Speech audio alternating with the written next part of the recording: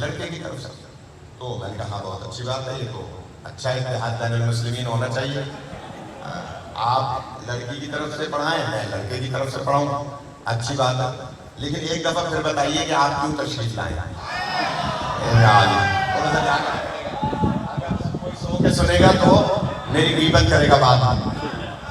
کہا کہ بتائیں آپ کیوں آئے. کہنے نکاح پڑھانا. میں کہا میں کیوں آیا ہوں. کہا نکاح پڑھانا. میں نے کہا کیوں. کہنے لڑکی اہل سنت ہے اس لیے میں ہوں, لڑکا اہل تشیع ہے اس لیے آپ آئے. میں کہا ایک دفعہ اور بتا دیں, اور بھی جگہ خدا رہا, ایک دفعہ اور بتا دیں کہ آپ کیوں آئے. شریعت میں 3 دفعہ حجت ہوتی ہے.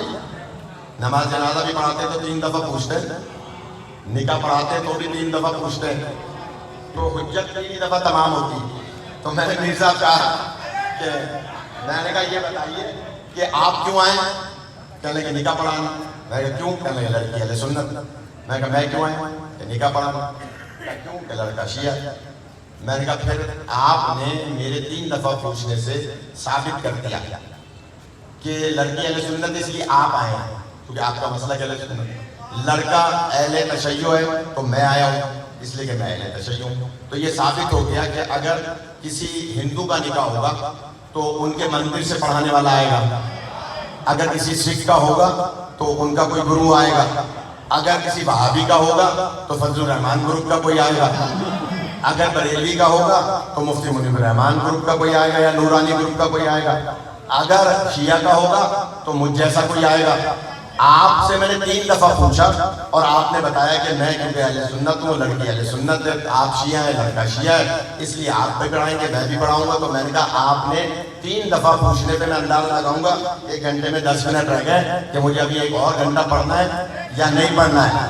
میں اس جملے سے اندازہ لگاؤں گا, شاہ صاحبان, مرزا صاحبان, بانیان مجالس, میں اس سے اندازہ لگاؤں گا کہ مجھے آگے پڑھنا ہے یا نہیں پڑھنا ہے. اور وہ جملہ کیا ہے.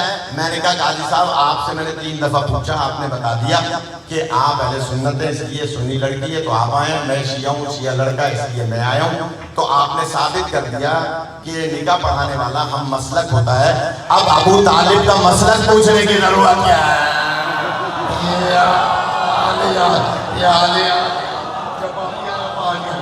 آپ کو سلامت رکھے,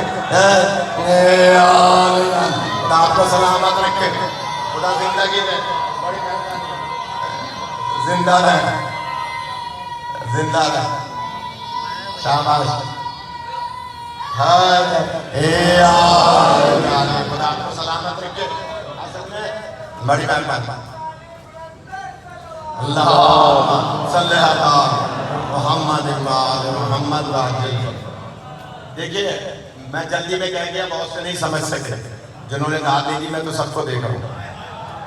میں نے کہا جناب آپ نے ثابت کر دیا کہ جب بھی کسی کا نکاح ہوگا قاضی ہم مسلک آئے گا, چاہے ہندو ہو, مسلم ہو, غیر مسلم ہو, شیعہ ہو, سنی ہو, قاضی ہم مسلک آئے گا.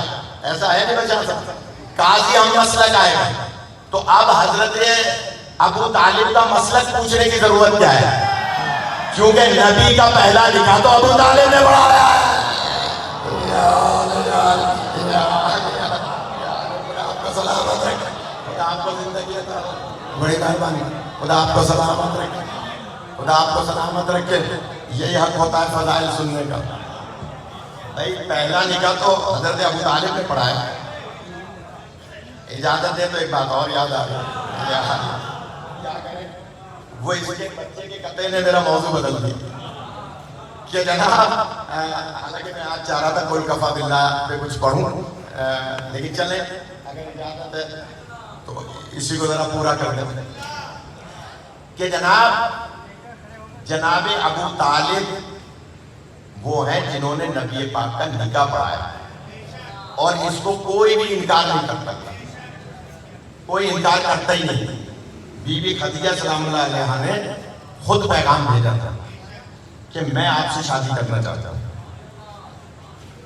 صحابہ کرام بھی آتے تھے نبی پاک کے پاس مدینے میں کہ سرکار ہم اپنی بیٹی کی آپ سے شادی کرنا چاہتے ہیں. ناراض ہو رہے میرے بھائی, جناب خدیجہ نے بھی خود پیغام بھیجا متقی صاحب، اب آپ تو وہاں پڑھواتے نہیں ہیں تو اب میں جملہ کہہ رہا ہوں کہ جناب ان کے ہم نے بہت مجلسیں پڑھی ہیں لیکن اب یہ بھول گئے، تو میں جملہ کہہ رہا ہوں کہ جناب ابو طالب کون ہے؟ عجیب و غریب بات کرتے ہیں، بی بی خدیجہ نے پیغام بھیجا۔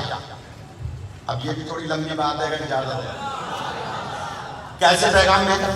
حضور پاک بی بی خدیجہ کا مال تجارت لے کے جاتے ہیں، تو میسرہ نامی غلام نے، نوجوان جو میٹر سننے کے عادی ہیں وہ مہربانی کر کے تھوڑا سا میری طرف رکھیے گا ذہن، بی بی خدیجہ کا مال لے کے جاتے ہیں سلام اللہ علیہ، میسرہ نامی غلام تھا، اس نے آگے بتایا بی بی کا یہ وہ سیکریٹری تھا کہ جو پردے کے عالم میں بی بی سے تمام تر، جیسے پرائیویٹ سیکریٹری ہوتے ہیں وہ تمام معاملات کا گویا ذمہ دار ہے۔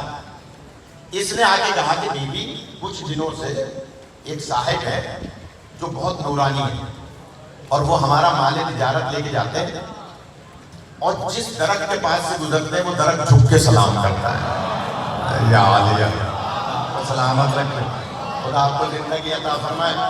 جس اللہ اکبر اللہ اکبر، یا رسول اللہ یا رسول اللہ،